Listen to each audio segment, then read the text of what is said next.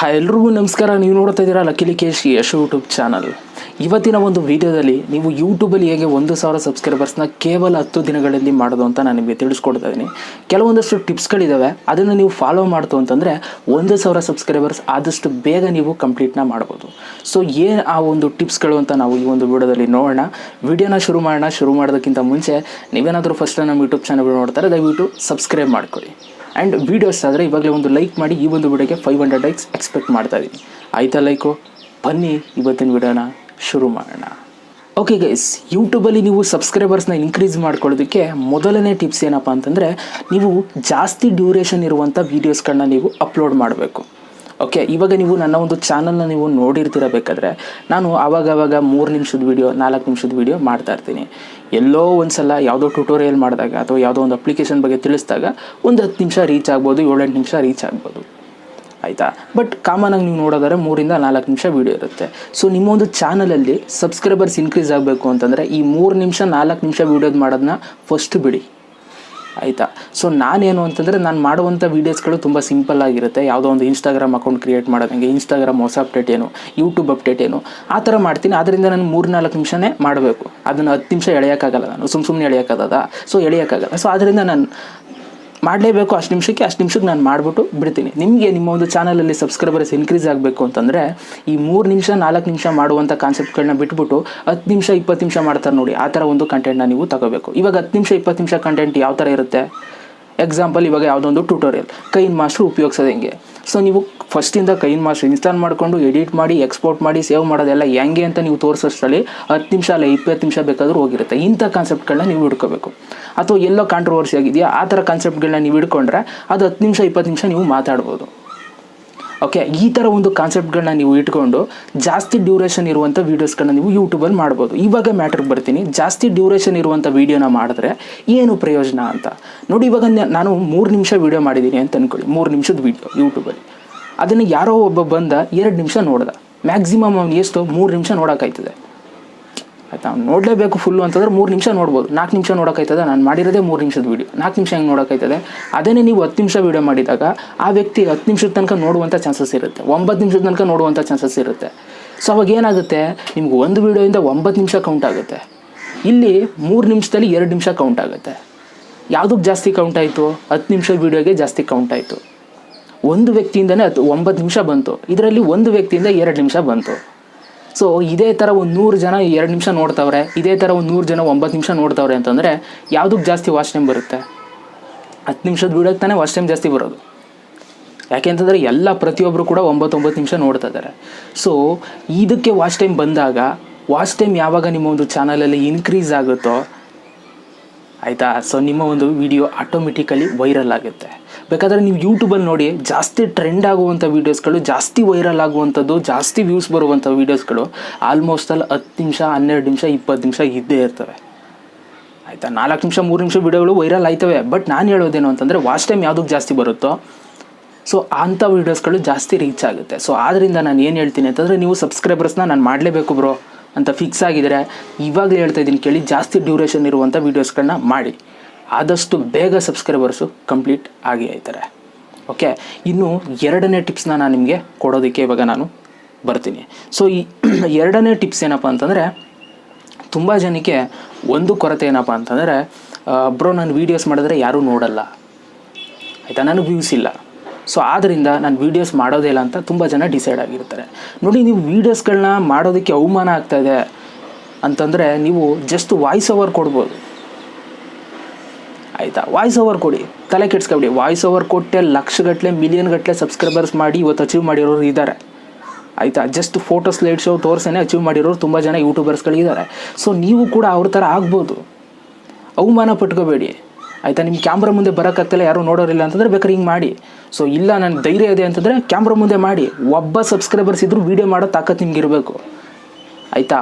ಒಬ್ಬ ನೋಡ್ತಾವನೆ ವೀಡಿಯೋನ ಅಂತಂದರೆ ಆ ವೀಡಿಯೋ ಮಾಡೋ ತಾಕತ್ತು ನಿಮ್ಗೆ ಇರಬೇಕು. ಅದು ಕಾನ್ಫಿಡೆನ್ಸ್ ಅನ್ನೋದು. ಆಯಿತಾ? ಅಥವಾ ಅದು ಆ್ಯಟಿಟ್ಯೂಡ್ ಅನ್ನೋದು.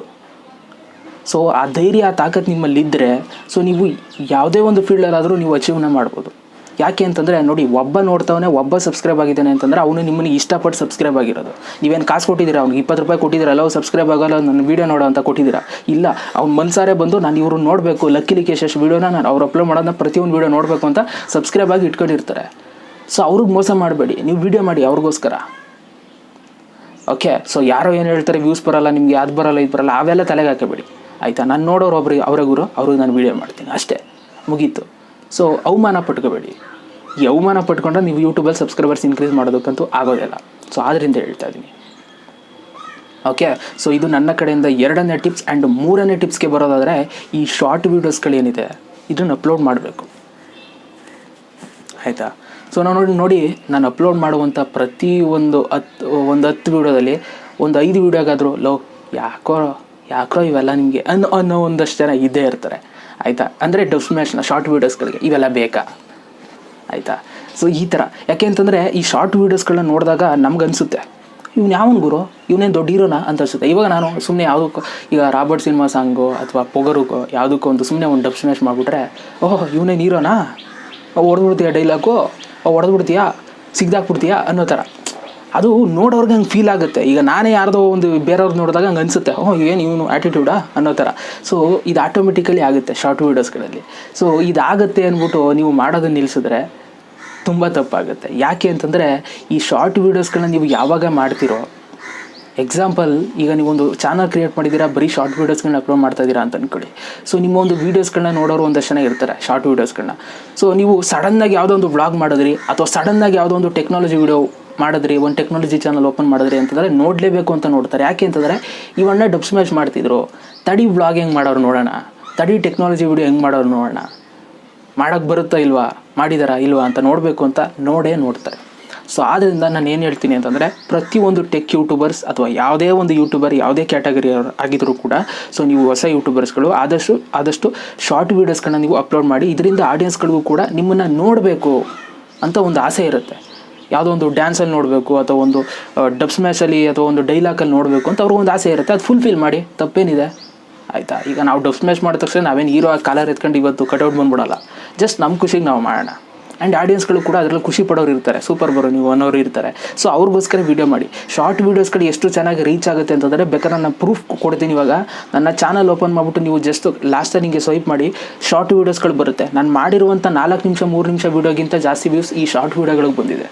ಯಾಕೆ ಅಂತಂದರೆ, ಯೂಟ್ಯೂಬರು ಜಾಸ್ತಿ ಲಿಗಾ ಕೊಡ್ತಾ ಇರೋದು ಈ ಶಾರ್ಟ್ ವೀಡಿಯೋಸ್ಗಳ ಮೇಲೆ. ಶಾರ್ಟ್ ವೀಡಿಯೋಸ್ ಯಾರು ಮಾಡ್ತಾರೆ ಅವರು ಚೆನ್ನಾಗಿ ರೀಚ್ ಮಾಡಿಸ್ತಾರೆ. ಸೊ ಆದ್ದರಿಂದ ಜಾಸ್ತಿ ವ್ಯೂಸ್ ಬರ್ತಾ ಇರೋದು ಶಾರ್ಟ್ ವೀಡಿಯೋಸ್ಗಳಿಗೆ. ಸೊ ಆದ್ದರಿಂದ ನಾನು ನಿಮ್ಗೆ ಹೇಳೋದನ್ನು ಶಾರ್ಟ್ ವೀಡಿಯೋಸ್ಗಳನ್ನೇ ಜಾಸ್ತಿ ಮಾಡಿ ಅಂತ. ಓಕೆ, ಇದರಿಂದ ನಿಮ್ಮ ಒಂದು ಸಬ್ಸ್ಕ್ರೈಬರ್ಸು ಕೂಡ ಇನ್ಕ್ರೀಸ್ ಆಗುತ್ತೆ, ವ್ಯೂಸು ಕೂಡ ಬರುತ್ತೆ, ಎಲ್ಲ ಬರುತ್ತೆ. ಓಕೆ, ಸೊ ಅದೊಂದನ್ನು ನೀವು ಮಾಡಬೇಕಾಗತ್ತೆ. ಓಕೆ, ಇನ್ನು ನೆಕ್ಸ್ಟು ನಾನು ನಿಮಗೆ ಟಿಪ್ಸ್ನ ಕೊಡೋದಾದರೆ, ಕ್ಲಿಕ್ ಬೈಟ್ ನೋಡಿ. ಕ್ಲಿಕ್ ಬೈಟ್ ಹೆಂಗಿರಬೇಕು ಅಂತಂದರೆ, ತುಂಬ ಇಂಟ್ರೆಸ್ಟಿಂಗ್ ಆಗಿರಬೇಕು. ಈಗ ನೀವು ನೋಡಿರ್ತೀರ, ಈಗ ನಾನು ಈ ವಿಡಿಯೋ ಮಾಡಿದ್ದೀನಲ್ವಾ, how to get 1000 subscribers in 10 days ಅಂತ ನಾನು ವೀಡಿಯೋ ತಮ್ನೇಲ್ ಹಾಕಿದ್ದೀನಿ ಅಥವಾ ಟೈಟಲ್ ಹಾಕಿದ್ದೀನಿ.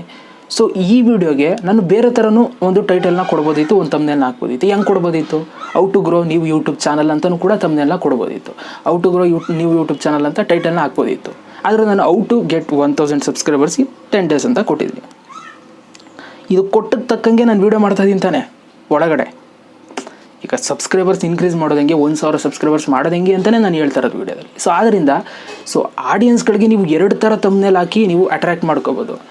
ಅಟ್ರ್ಯಾಕ್ಟ್ ಮಾಡಿಕೊಂಡು ವೀಡಿಯೋ ಒಳಗೂ ಅದೇ ಇರಬೇಕು, ಇಲ್ಲ ಅಂದರೆ ಗ್ಯಾರಂಟಿ ಹೊಡಿತಾರೆ ಆಯಿತಾ. ಈಗ ನೀವು ನೀವು ಒಂದು ಚಾನಲ್ನ ಹೆಂಗೆ ಗ್ರೋ ಮಾಡೋದು ಅಂತ ಹೇಳೋ ಹೊರಟಿದ್ದೀರಾ, ನೀವು ವೀಡಿಯೋದಲ್ಲೇ ಏನೋ ಹೇಳಿದ್ದೀರಾ, ಈ ಥರ ಆಗೋದ್ರೆ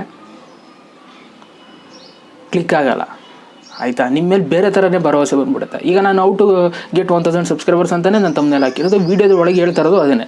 ಸೊ ಅದರಿಂದ ಏನು ಮ್ಯಾಟ್ರ್ ಆಗಲ್ಲ. ಬಟ್ ಕ್ಲಿಕ್ ಬೈಟ್ ಒಂಥರ ಆಗುತ್ತಿದ್ದು ಅಲ್ವಾ. ಸೊ ಈ ಥರ ನೀವು ಹೆಲ್ದಿ ವೇಯಲ್ಲಿ ಕ್ಲಿಕ್ ಬೈಟ್ನ ನೀವು ಮಾಡಬೇಕು. ಸೊ ಅದರಿಂದ ನಿಮಗೂ ವ್ಯೂಸ್ ಬರುತ್ತೆ, ಆ್ಯಂಡ್ ನೀವು ಮಾಡಿರೋವಂಥ ವೀಡಿಯೋಗೆ ಜನಗಳಿಗೆ ರೀಚ್ ಆಗುತ್ತೆ.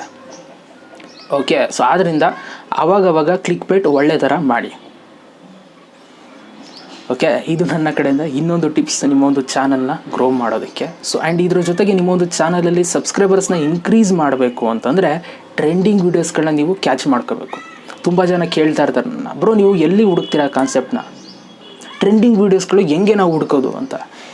ಯಾವ ವೆಬ್ಸೈಟು ಬೇಕಾಗಿಲ್ಲ, ಏನು ಬೇಕಾಗಿಲ್ಲ. ಸುಮ್ಮನೆ ಯೂಟ್ಯೂಬ್ ಆ್ಯಪ್ನ ನೀವು ಓಪನ್ ಮಾಡಿಬಿಟ್ಟು ಸುಮ್ಮನೆ ಬ್ರೌಸ್ ಫೀಚರಲ್ಲಿ ಬ್ರೌಸ್ ಮಾಡ್ತಾರೆ, ಆಯಿತಾ. ಯಾವ್ಯಾವ ಯೂಟ್ಯೂಬರು ಏನೇನು ವೀಡಿಯೋ ಮಾಡ್ತಾವ್ರೆ, ಯಾವುದು ಟ್ರೆಂಡಿಂಗ್ ಹೋಗ್ತದೆ, ಯಾವುದು ಜಾಸ್ತಿ ವ್ಯೂಸ್ ಬರ್ತದೆ, ಯಾವ ಕಾನ್ಸೆಪ್ಟ್ ಚೆನ್ನಾಗಿ ನುಗ್ತಾ ಇದೆ ಇವತ್ತು ಅನ್ನೋದು ಎಲ್ಲ ನಿಮಗೆ ಬ್ರೌಸ್ ಫೀಚರಲ್ಲೇ ಗೊತ್ತಾಗ್ಬಿಡುತ್ತೆ. ಯಾವ ವೆಬ್ಸೈಟ್ಗೆ ಹೋಗೋ ಅವಶ್ಯಕತೆ ಇಲ್ಲ. ಓಕೆ, ಸೊ ನೀವು ಜಸ್ಟ್ ಸ್ವೈಪ್ ಮಾಡ್ತಾ ಯಾರದ್ದು ಇಷ್ಟ ಆಗುತ್ತೋ ನೋಡಿ ತಿಳ್ಕೊಳ್ಳಿ, ಅದಾದಮೇಲೆ ಮಾಡಿ ಅಷ್ಟೇ. ಇಷ್ಟೇ ಕಾನ್ಸೆಪ್ಟ್ ಹುಡ್ಕೋದು. ಯೂಟ್ಯೂಬ್ ವೀಡಿಯೋಸ್ಗಳಿಗೆ ಕಾನ್ಸೆಪ್ಟ್ನ ಹುಡ್ಕೋದು ಸಿಂಪಲ್, ಆಯಿತಾ. ಟ್ರೆಂಡಿಂಗ್ ಟಾಪಿಕ್ಸ್ಗಳು ಎಲ್ಲಿ ಸಿಗುತ್ತೆ? ಯೂಟ್ಯೂಬಲ್ಲೇ ಟ್ರೆಂಡ್ ಆಗ್ತಾ ಇರ್ತವೆ, ಯೂಟ್ಯೂಬಲ್ಲೇ ಹುಡ್ಕಿದ್ರೆ ಯೂಟ್ಯೂಬಲ್ಲಿ ಸಿಗುತ್ತೆ. ಅದು ಬಿಟ್ಟು ಬೇರೆ ಒಂದು ವೆಬ್ಸೈಟ್ಗೆ ಹೋದ್ರೆ ಹುಡುಕ್ಬೋದು, ಬಟ್ ಬೇಡ ರಿಸ್ಕ್ ತಗೋಬೇಡಿ, ಆಯಿತಾ. ನಿಮ್ಮ ಲೈಫಲ್ಲಿ ಬೇರೆ ಥರ ರಿಸ್ಕ್ ನೀವು ತಗೋಬೇಕಾಗುತ್ತೆ ಲೈಫಲ್ಲಿ, ಆ ರಿಸ್ಕ್ ತಗೊಳ್ಳಿ. ಇದಕ್ಕೆಲ್ಲ ಅಷ್ಟು ಸಿಂಪಲ್ಲಾಗಿ ಸಿಗುವಂಥದ್ದನ್ನ ತುಂಬ ರಿಸ್ಕ್ ತಗೋಬೇಡಿ, ಆಯಿತಾ. ಕೆಲಸ ಈಸಿಯಾಗಿ ಮಾಡ್ಕೋಬೇಕು ಯಾವತ್ತಿದ್ರೂ, ರಿಸ್ಕ್ ತೊಗೊಂಡೆಲ್ಲ ಮಾಡೋಕ್ಕೆ ಹೋಗಬೇಡಿ. ಸೊ ಆದ್ದರಿಂದ ಯೂಟ್ಯೂಬ್ ಆ್ಯಪ್ನ ಓಪನ್ ಮಾಡ್ಕೊಳ್ಳಿ. ಇದರಲ್ಲಿ ನಿಮಗೆ ಟ್ರೆಂಡಿಂಗ್ ಟಾಪಿಕ್ಸ್ಗಳು ಯಾವ್ದು ಹೋಗ್ತದೆ, ಏನಾಗ್ತದೆ ಅಂತ ನಿಮ್ಗೆ ಗೊತ್ತಾಗುತ್ತೆ. ಅದಾದಮೇಲೆ ಆ ಕಾನ್ಸೆಪ್ಟ್ನಲ್ಲಿ ನೀವು ವೀಡಿಯೋ ಮಾಡಿ, ಖಂಡಿತವಾಗ್ಲೂ ರೀಚ್ ಆಗುತ್ತೆ. ಯಾಕೆ ರೀಚ್ ಆಗಲ್ಲ? ಓಕೆ, ಸೊ ಇದೊಂದನ್ನು ನೀವು ಮಾಡ್ಬೋದು ನಿಮ್ಮ ಒಂದು ಸಬ್ಸ್ಕ್ರೈಬರ್ಸ್ನ ಇನ್ಕ್ರೀಸ್ ಮಾಡ್ಕೊಳ್ಳೋದಕ್ಕೆ. ಓಕೆ, ಆ್ಯಂಡ್ ಇದ್ರ ಜೊತೆಗೆ ನಿಮ್ಮ ಒಂದು ಚಾನಲಲ್ಲಿ ವ್ಯೂಸ್ ಎಷ್ಟು ಬರ್ತಾ ಇದೆ, ಯಾವ ಥರ ಗ್ರೋ ಆಗ್ತದೆ, ಸಬ್ಸ್ಕ್ರೈಬರ್ಸ್ 2 ಇನ್ಕ್ರೀಸ್ ಆದ್ರೆ, 100 ಜನ ಇನ್ಕ್ರೀಸ್ ಆದ್ರೆ, ಡಿಕ್ರೀಸ್ ಆದ್ರೆ, ಇದು ಕಡೆಗೆ ತಲೆನೇ ಹಾಕ್ಬೇಡಿ, ಆಯಿತಾ. ನೀವು ತಲೆ ಹಾಕ್ದಷ್ಟು ನಿಮಗೆ ತೊಂದರೆ, ಆಯಿತಾ. ನಿಮ್ಮ ಮೈಂಡು ಒಂಥರ ಏನು ಆಯ್ತಲ್ವಲ್ಲ ಅಂತ ಅನ್ಸ್ಬಿಡುತ್ತೆ. ಸೊ ಆದ್ದರಿಂದ ಯಾವ ವ್ಯೂಸು, ಯಾವ ಸಬ್ಸ್ಕ್ರೈಬರ್ಸ್ ಏನು ಮೈಂಡಿಗೆ ಹಾಕಬಿಡಿ, ಸುಮ್ಮನೆ ವೀಡಿಯೋಸ್ಗಳು ಮಾಡಿ, ಸುಮ್ಮನೆ ಮಾಡ್ತಾಯಿರಿ ನಿಮ್ಮ ಪಡಗು. ನೀವು ವೀಡಿಯೋಸ್ಗಳನ್ನ ಎಷ್ಟು ಮಾಡ್ತೀರೋ ಅಷ್ಟು ಚೆನ್ನಾಗಿ ನೀವು ಬೇಗ ರೀಚ್ ಆಗ್ತೀರಾ ಜನಗಳಿಗೆ. ಓಕೆ, ಇದೊಂದು ಟಿಪ್ಸು ನಾನು ನಿಮ್ಗೆ ಹೇಳ್ಬೇಕು. ನೀವು ವೀಡಿಯೋಸೇ ಮಾಡಿಲ್ಲ ಅಂತಂದರೆ ಹೆಂಗೆ ರೀಚ್ ಆಗ್ತೀರಾ ಜನಗಳಿಗೆ? ಈಗ ನೀವು ಸಿನಿಮಾ ಹೀರೋ ಆಗಬೇಕು ಅಂತಂದರೆ ಯಾವುದೋ ಒಂದು ಸಿನಿಮಾದಲ್ಲಿ ನಟನೆ ಮಾಡಿ ಹೀರೋ ಆಗಿ ಆ್ಯಕ್ಟ್ ಮಾಡಿ, ಸೊ ಆ ಸಿನಿಮಾ ಮಾರ್ಕೆಟಿಗೆ ಬಂದು ಆ ಸಿನಿಮಾ ರಿಲೀಸ್ ಆಗಿ ಎಲ್ಲ ನೋಡಿದ್ರೆ ಜನಗಳು ನಿಮ್ಮನ್ನು ಹೀರೋ ಮಾಡಬೇಕಾ ಬೇಡವ ಅಂತ ಡಿಸೈಡ್ ಮಾಡ್ತಾರೆ. ನೀವು ಹೀರೋ ಆಗಬೇಕು ಅಂತ ಸುಮ್ಮನೆ ಇದ್ದರೆ ಸಿನಿಮಾದಲ್ಲಿ ಆ್ಯಕ್ಟೇ ಮಾಡಿಲ್ಲ, ಅಥವಾ ನೀವು ಸಿನಿಮಾದಲ್ಲಿ ಆ್ಯಕ್ಟ್ ಮಾಡಿದ್ರು ಆ ಸಿನಿಮಾ ರಿಲೀಸ್ ಆಗಿಲ್ಲ ಅಂತಂದರೆ ಯಾರು ನಿಮ್ಮನ್ನು ಹೀರೋ ಮಾಡ್ತಾರೆ? ಸುಮ್ಮನೆ ಹೇಳ್ರಪ್ಪ, ಮಾಡ್ತಾರಾ? ಮಾಡಲ್ಲ. ಸೊ ಆದ್ದರಿಂದ ಫಸ್ಟು ನಿಮ್ಮ ಕಡೆಯಿಂದ ಔಟ್ಪುಟ್ ಬರಬೇಕು, ಕಷ್ಟಪಡಿ. ಓಕೆ, ವೀಡಿಯೋಸ್ಗಳು ಮಾಡಿ, ಎಷ್ಟಾಗುತ್ತೆ ಅಷ್ಟು ವೀಡಿಯೋಸ್ಗಳು ಮಾಡಿ ಬಿಡಿ, ಮಾರ್ಕೆಟ್ಗೆ ಹೋಗುತ್ತೆ ಒಂದಲ್ಲ ಒಂದಿನ, ನೋಡ್ತಾರೆ ಜನಗಳು, ಇಷ್ಟ ಆದರೆ, ಆಯಿತಾ. ನಿಮ್ಗೆ ಗೆಲ್ಲುವಂಥ ಚಾನ್ಸಸ್ ಯಾವಾಗ ಜಾಸ್ತಿ ಆಗುತ್ತೆ ಅಂತಂದರೆ ನೀವು ವೀಡಿಯೋಸ್ಗಳನ್ನ ಮಾಡಿದಾಗ, ಕಂಟೆಂಟ್ ಮಾಡಿದಾಗಲೇ ನೀವು ರೀಚ್ ಆಗುವಂಥ ಚಾನ್ಸಸ್ ಇರುತ್ತೆ. ಸೊ ಆದ್ದರಿಂದ ಮೈಂಡಲ್ಲಿ ಇಟ್ಕೊಳ್ಳಿ, ವೀಡಿಯೋಸ್ಗಳನ್ನ ಜಾಸ್ತಿ ಮಾಡಿ ಆದಷ್ಟು. ಓಕೆ, ಆದಷ್ಟು ಬೇಗ ಸಬ್ಸ್ಕ್ರೈಬರ್ಸ್ ಕಂಪ್ಲೀಟ್ ಆಗುತ್ತೆ. ಇನ್ನು ಇದ್ರ ಜೊತೆಗೆ ತಮ್ನೇಲ್, ಯೂಟ್ಯೂಬಲ್ಲಿ ತಮ್ನೇಲ್ ತುಂಬ ಇಂಪಾರ್ಟೆಂಟ್. ನೀವು ನೋಡಿರ್ತೀರ, ಈಗ ನನ್ನ ವೀಡಿಯೋ ನೀವು ಓಪನ್ ಮಾಡೋದಕ್ಕೂ ತಮ್ನೇಲೇ ಕಾರಣ ಆಗಿರುತ್ತೆ. ಓಕೆ, ನಾನು ಎಷ್ಟು ಚೆನ್ನಾಗಿ ತಮ್ನೇಲ್ ಮಾಡಿ ಹಾಕ್ತೀನೋ ಅದ್ರ ಮೇಲೆ ನೀವು ಓಪನ್ ಮಾಡಬೇಕಾ ಬೇಡವ ಅಂತ ನೀವು ಡಿಸೈಡ್ ಮಾಡ್ತೀರಾ. ನಾನು ತಮ್ನೇಲ್ ಸುಮಾರಾಗಿ ಹಾಕ್ಬಿಟ್ಟು ಒಳ್ಳೆ DSLR ಕ್ಯಾಮ್ರಾದಲ್ಲಿ ವೀಡಿಯೋ ಮಾಡಿದ್ರೆ ನಿಮ್ಗೆ ಗೊತ್ತಾಗಲ್ಲ ಒಳಗೆ ನಾನು DSLR ಮಾಡಿದ್ದೀನ, ಒಳ್ಳೆ ಕ್ಲಾರಿಟಿ ಇದೆಯಾ ಅಂತ ನಿಮ್ಗೆ ಗೊತ್ತಾಗಲ್ಲ. ಅದೇ ತಮ್ನೇಲ್ ಚೆನ್ನಾಗಿ ಹಾಕಿ ಒಳಗಡೆ ಮೊಬೈಲ್ ಫೋನಲ್ಲಿ ವೀಡಿಯೋ ಮಾಡಿದರೆ, ಸೊ ನೀವು ಓಪನ್ ಮಾಡ್ತೀರಾ, ಆಮೇಲೆ ಗೊತ್ತಾಗುತ್ತೆ ಓ ಇವರು ಮೊಬೈಲಲ್ಲಿ ವೀಡಿಯೋ ಮಾಡಿದ್ದಾರೆ ಅಂತ.